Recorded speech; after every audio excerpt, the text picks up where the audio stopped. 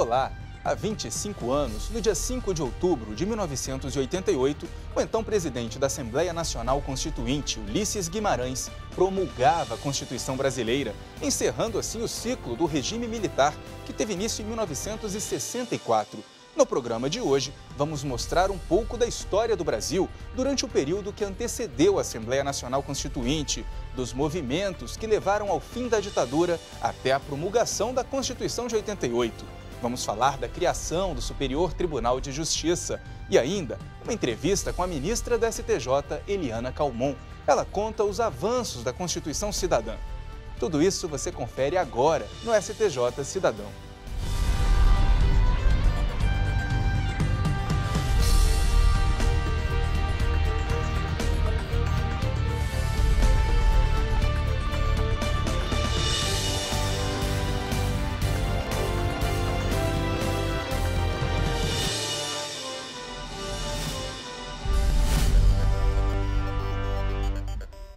A Constituição Brasileira de 1988 foi fruto do clamor das ruas. Foram 20 anos de opressão e censura impostas pelo regime militar.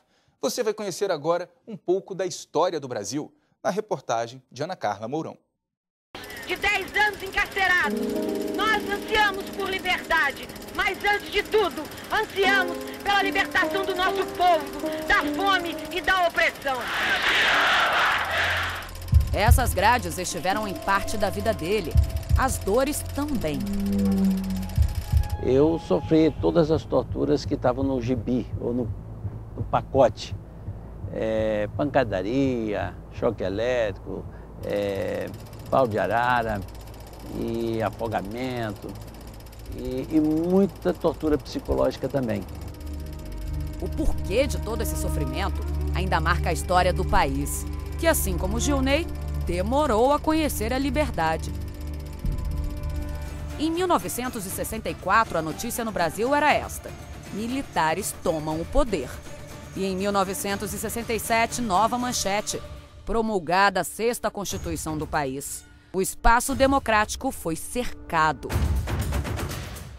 Havia uma política de terror de Estado, quer dizer, 67 significou também a impossibilidade de reuniões públicas, de liberdade de expressão, instauração de uma censura. E o que permitiu tantas algemas? O próprio conjunto de leis estabelecido.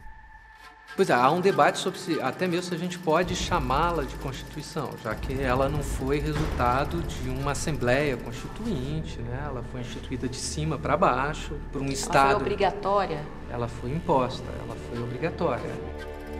Em 1968, o Ato Institucional número 5 permitia ao novo presidente militarista cassar mandatos e suspender os direitos políticos de qualquer cidadão por 10 anos. Quem teria coragem de criar obstáculos? Caminhando e cantando e tivemos melodias como aliadas, letras camufladas que brincavam com a inteligência da repressão e traziam a mensagem. Nas escolas, nas ruas, campos, construções, caminhando e cantando e seguindo a canção. A saída foi o exílio. Muitos viveram para cantar de novo. Outros não tiveram a chance de compor, mas trilharam o não à imposição. Morreram, desapareceram. Os nomes não são apenas pontinhos. Vem, vamos embora, que esperar não é. Esse é o Alex. Ele morreu com 22 anos, em São Paulo. Foi assassinado em 20 de janeiro de 1972. Yara nunca conseguiu identificar o corpo do irmão. Difícil não ter certeza do que ocorreu, né? Os si são muito dolorosos. Esse era o mais velho, o Yuri Xavier.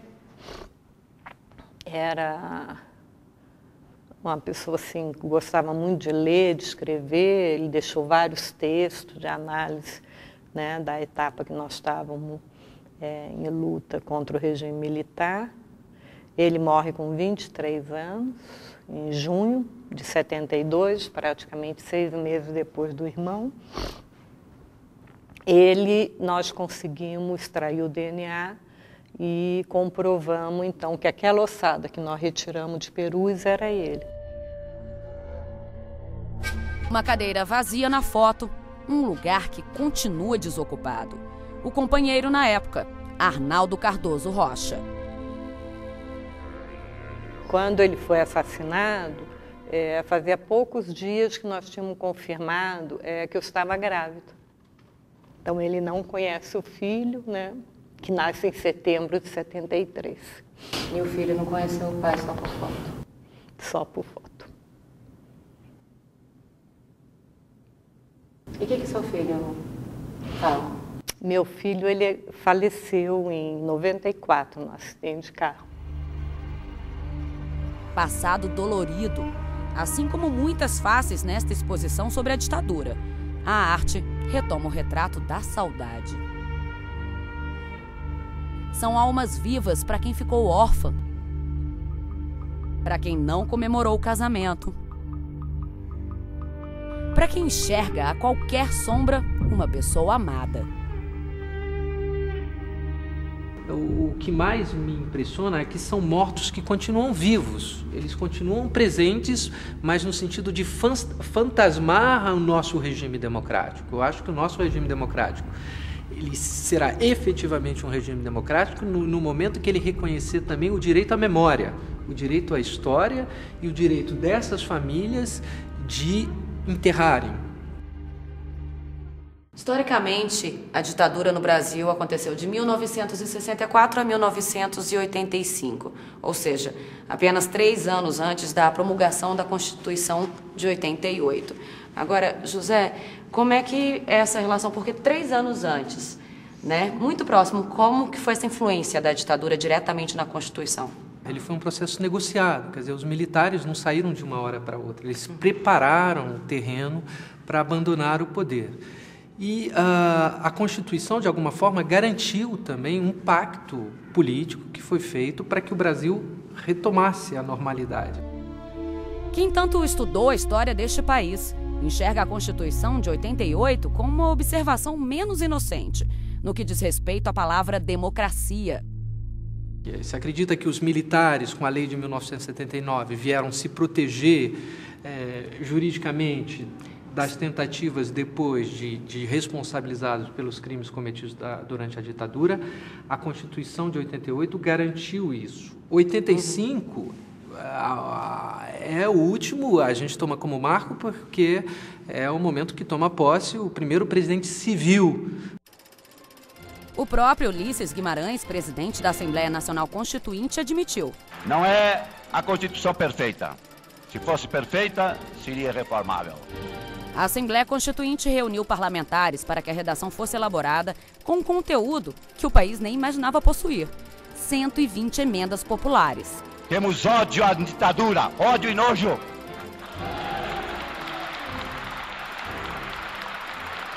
A Constituição veio, devolveu nas páginas de um livro a nossa liberdade. Declaro promulgada o documento da liberdade, da dignidade, da democracia, da justiça social do Brasil. Que Deus nos ajude que isto se cumpra. Mas nem tudo acaba por aí para quem sofreu a repressão. Aliás, a luta deixou marcado o passado de muita gente. Deixou a nossa história mais triste, na sede de conhecer a verdade. É muito importante para mim, para a mãe dele, né, para os irmãos, conhecer. Mas eu acho que é fundamental, para a sociedade brasileira. É para que não se repita. Como a gente fala, para que não se esqueça, para que nunca mais aconteça. Um alerta que há 25 anos já estava presente nas palavras de quem teve a Constituição cidadã nas mãos. Cabe advertir, a cidadania começa com o alfabeto.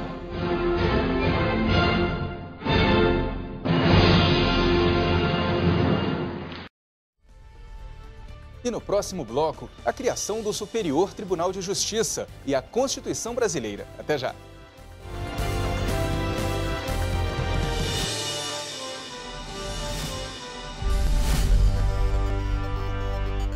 Você está sempre conectado ao Facebook? Nós também. Atualizamos a página do STJ o tempo todo. Fotos, ilustrações, vídeos, dicas sobre direito e cidadania para você ficar ligado ao que acontece aqui e no mundo. A página do STJ no Facebook conecta e informa. Com uma linguagem simples, descontraída, bem-humorada, conquista milhares de seguidores a cada dia e já chegou a mais de 1,5 milhão de pessoas. Somos o maior tribunal no Facebook. Espaço interativo. Aqui você pode conhecer melhor seus direitos e ainda participar de promoções, sorteios e jogos. De qualquer lugar você acessa as decisões que mudam o curso do país e saem das salas de julgamento e chegam até onde você está, em casa, no trabalho, em qualquer lugar. Acesse facebook.com/STJ Notícias. Superior Tribunal de Justiça, o Tribunal da Cidadania.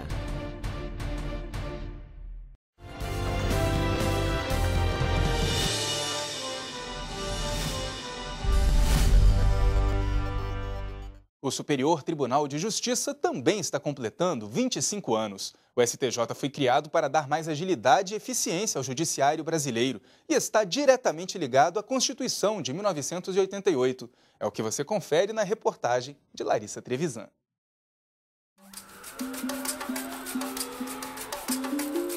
Não foi à toa que a Constituição de 1988 ficou conhecida como Constituição Cidadã.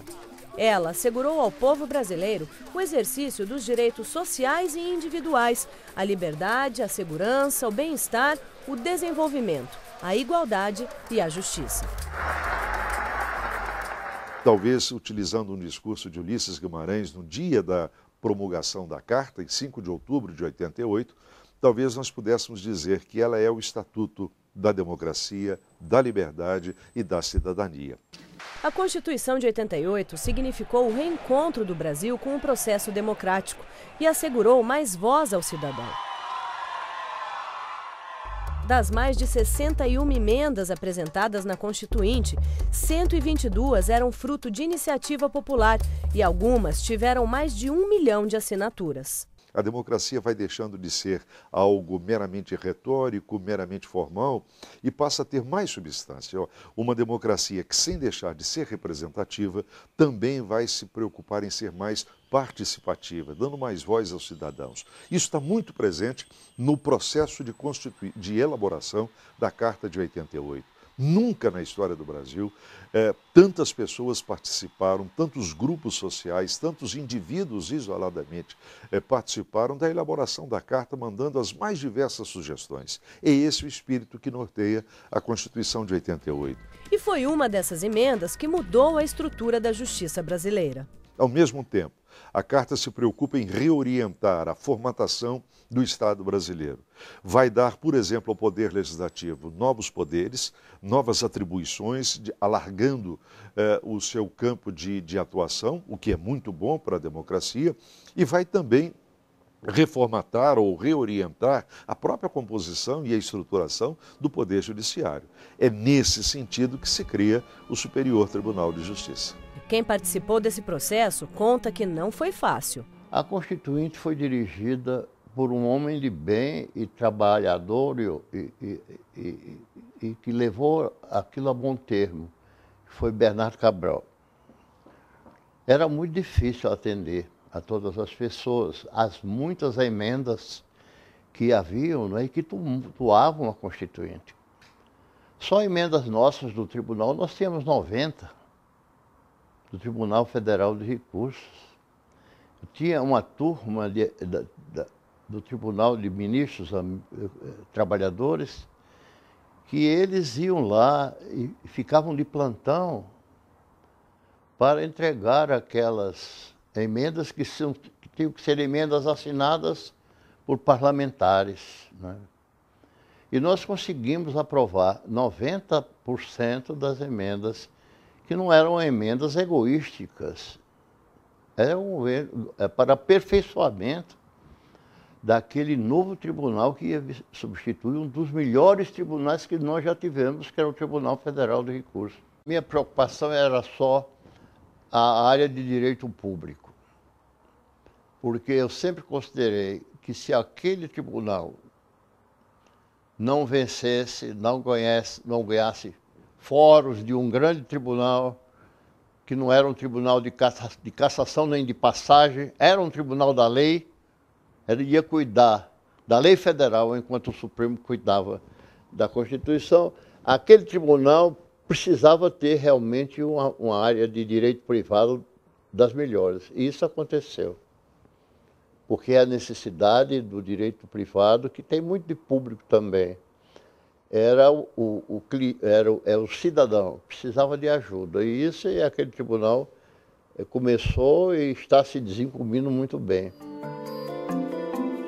Com a Constituição de 88, no papel, o STJ já estava consolidado. Faltava agora erguer o novo tribunal, que seria composto pelos ministros que integravam o Tribunal Federal de Recursos. Com a promulgação da nova Carta Magna, em 88, e a instalação do Superior Tribunal de Justiça, se não me engano, em abril de 89, ficou decidido que essa composição, que aproveitou os ministros que participavam do antigo Tribunal Federal de Recursos, essa composição ia ser ampliada em mais 6 magistrados. Acontece que o prédio antigo onde funcionava o Tribunal Federal de Recursos, que o Superior Tribunal de Justiça adotou provisoriamente, não comportava esses novos servidores, esses novos magistrados, né? Foi feita uma adaptação, conseguimos colocar todos os magistrados trabalhando, mas de forma muito acanhada.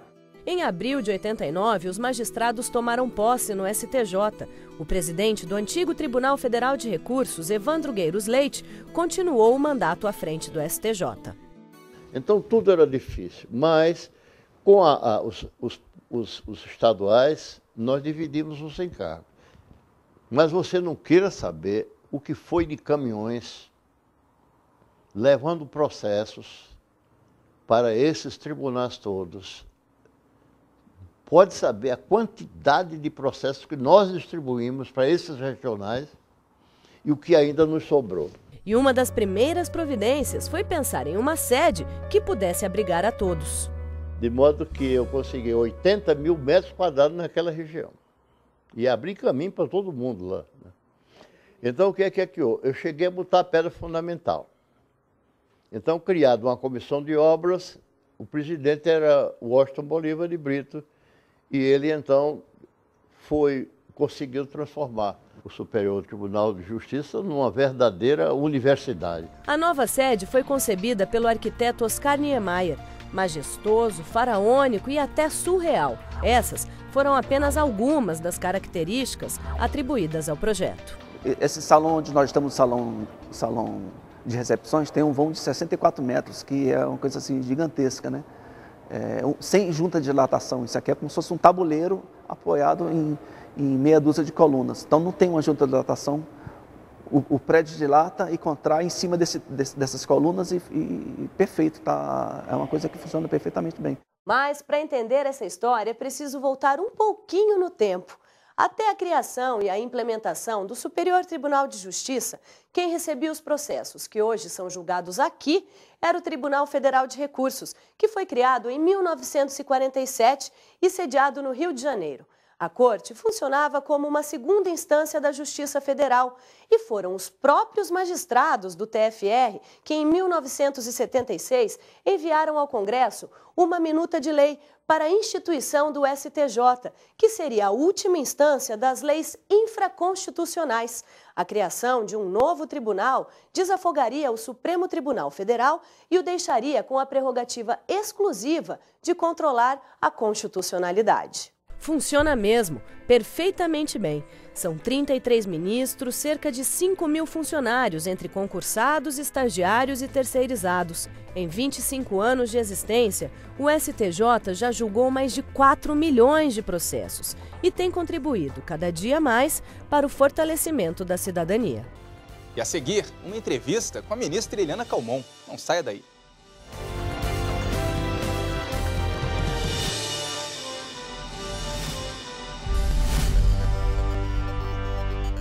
Curtir, compartilhar, repercutir. Postar. Novas conexões que ligam pessoas em qualquer lugar do mundo. Cada vez mais conectado, o Brasil é o 4º país em número de usuários das redes sociais. Sempre inovando, o Superior Tribunal de Justiça conquista milhares de seguidores na internet. A marca é resultado da linguagem simples, atraente e acessível no Twitter, no Facebook e no YouTube. Onde tem o nome do STJ, tem informação segura, confiável, tem cidadania. No Facebook, milhares de pessoas levaram a página do STJ ao primeiro lugar entre os tribunais mais acessados no mundo. No YouTube, novos programas, entrevistas, documentários e reportagens especiais. E no Twitter, informação curta, rápida, atualizada. YouTube, Twitter, Facebook, o Superior Tribunal de Justiça acredita nas redes sociais e leva a cidadania até você. Superior Tribunal de Justiça, o Tribunal da Cidadania.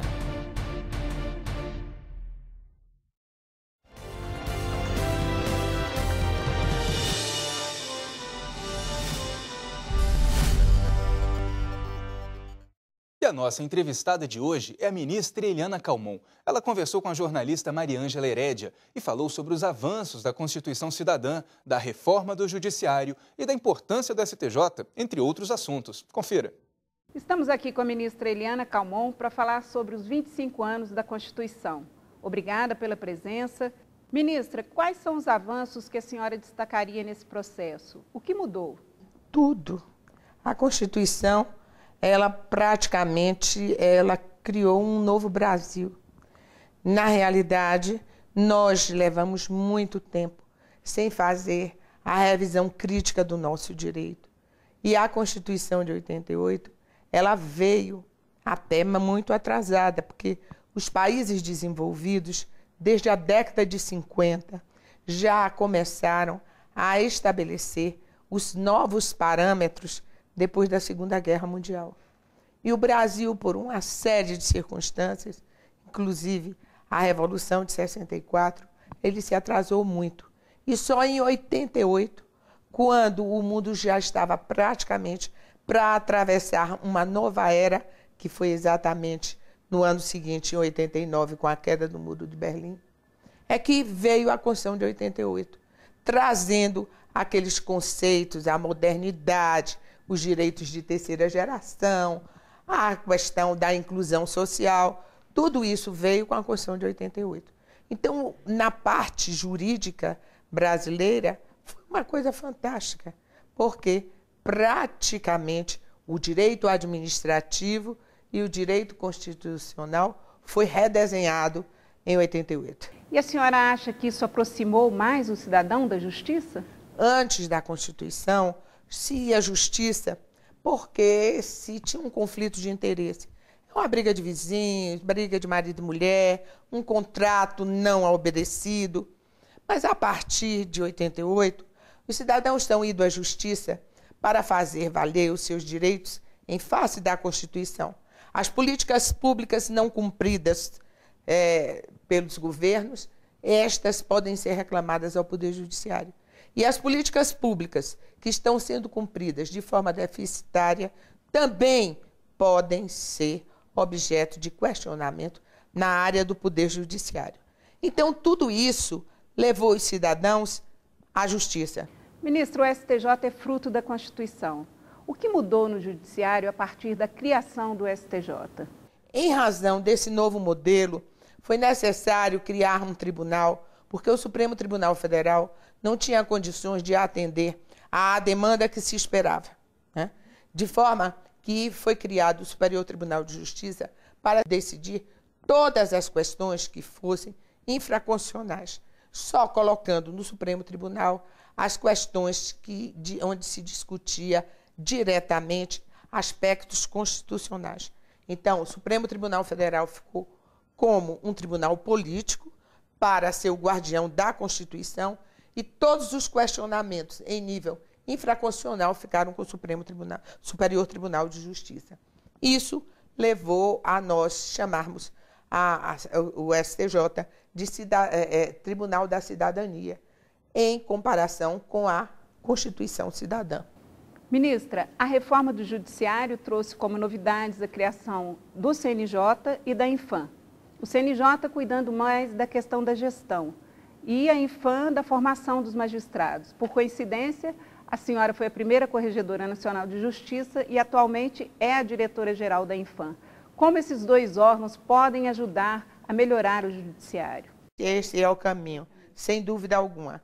Aquilo que foi pensado pelo legislador constitucional da reforma foi muito interessante e tem surtido efeitos, tem alguns efeitos. Agora, está difícil porque o judiciário é muito arraigado às suas culturas, aos seus hábitos e costumes, e eles ainda resistem muito a se pautar pelo CNJ, né? Isso é uma realidade. E a Infam, por uma série de circunstâncias também, que não vem agora ao caso, também foi uma escola que ficou muito tempo sem ter um caminho exato, porque a dificuldade é que quando a Infam surgiu para ser escola nacional, surgiu do zero, né? Praticamente do zero, sem nada. E as escolas estaduais já estão muito além da Infam, porque estão bastante adiantadas, muitas têm, inclusive, fonte de receita com os cursos que atribui. Então, elas fogem um pouco até as regras rígidas de licitação e tal, elas têm mais maleabilidade. Eu, como presidente, como diretora da Infam, eu estou tentando ocupar este lugar que a Infam ainda não ocupou. Aos poucos, ela começa a surgir no panorama nacional como uma grande escola. E não quero que o papel da Infam não é repetir o que as escolas estaduais fazem. Ela tem de ser uma escola com outros propósitos, com outra visão. E é isto que eu estou tentando implementar dentro da Infam. Qual o caminho que a senhora acha que o Brasil deve seguir? Nós teríamos de ser menos formalistas, menos burocráticos e muito mais voltados para as necessidades da sociedade brasileira, sem dar tanta ênfase aos direitos individuais. Eu não sou contra a defesa dos direitos do cidadão, absolutamente. Mas os absurdos que se faz em nome da ampla defesa é inimaginável. Ministra, e quais são os próximos desafios? Primeiro, mudar a nossa cultura.